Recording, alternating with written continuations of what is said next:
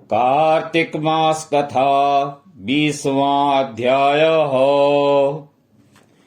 दीपावली की रात्रि को घर सजाने, दीप मालिका जलाने और महालक्ष्मी पूजन के बारे में विस्तार पूर्वक बतलाते हुए नारद जी ने कहा, हे राजा पृथु, कार्तिक कृष्ण अमावस्या को दीप मालिका करने से दरिद्रता का नाश हो जाता है और संपन्नता आती है। इस संबंध में एक इतिहास सुनाता हूँ, ध्यान पूर्वक सुनो। थुरसेन देश में सत्य शर्मा नाम का एक अत्यंत दरिद्र ब्राह्मण था।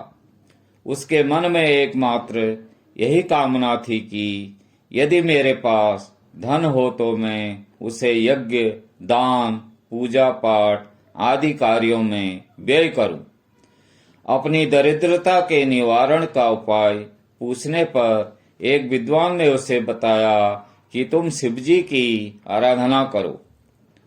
ब्राह्मण सत्य शर्मा ने सच्चे हृदय से भगवान शिव की उपासना आरंभ कर दी।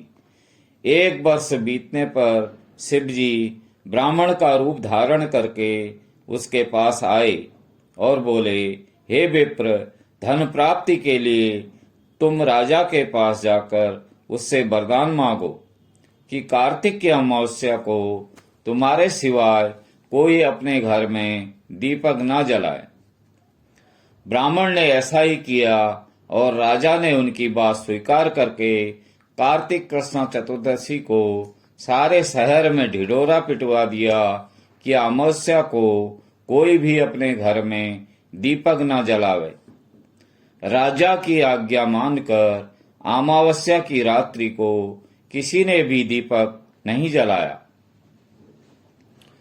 जब रात को लक्ष्मी जी नगर में आई तो देखा कि समस्त नगर में अंधेरा है, मगर एक ब्राह्मण का घर खूब सजा हुआ है और दीपमाला से जगमग हो रहा है। लक्ष्मी जी प्रसन्न होकर उस घर में प्रवेश करने लगी। लक्ष्मी जी को अपने घर में प्रवेश करते देखकर सत्य शर्मा मार्ग रोककर खड़ा हो गया और कहने लगा, हे भद्रे, तुम्हारे पति अति कठोर हैं और तुम अत्यंत चंचल हो, अतः हमारे घर में प्रवेश मत करो। तब लक्ष्मी जी ने उत्तर दिया, भगवान के शयन के समय में आई हूँ, इस कारण निश्चय ही तुम्हारे घर में निवास करूंगी। यह सुनकर ब्राह्मण ने कहा, यदि आप इस बात की शपथ लो कि मेरी 3 पीढ़ियों तक इस घर में स्थायी निवास करोगी, तब इस घर में प्रवेश कर सकती हो। लक्ष्मी जी ने कहा, यदि तुम विधि पूर्वक मेरा पूजन करते रहोगे तो मैं निश्चय ही तुम्हारे घर में वास करूंगी।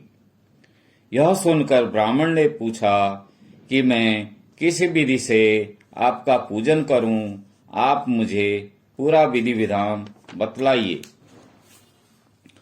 लक्ष्मी जी ने कहा, हे ब्राह्मण, प्रतिवर्ष कार्तिक मास की अमावस्या को प्रातःकाल स्नानादि से निवृत्त होकर देवताओं तथा पितरों का पूजन करो। दिन में तीसरे पहर में श्राद्ध करके ब्राह्मणों को सुंदर पकवानों का भोजन कराओ। प्रदोष समय दीपमाला करो। तुलसी के समीप ब्राह्मण के घर में देव मंदिर, चौरास्ते, शमशान तथा गौशाला में अनेक दीप जलने चाहिए। इस दिन बालक, वृद्ध तथा रोगी के अतिरिक्त अन्य कोई भोजन न करे। सायंकाल स्वस्तिवाचक पूर्वक गणेश जी और कुबेर जी का पूजन करके संकल्प करो। तत्पश्चात लक्ष्मी जी का पूजन करो और कहो, कमल के आसन पर स्थित, कमल के फूलों की माला धारण करने वाली, कमल जैसे नेत्र, गंभीर नाभि, स्तन के भार से नम्र सुंदर वस्त्रधारी, देवताओं में के हाथियों द्वारा मणियुक्त घड़ों में स्नान करने वाली, हाथ में कमल पुष्प लिए ऐसी लक्ष्मी मेरे घर में निवास करे।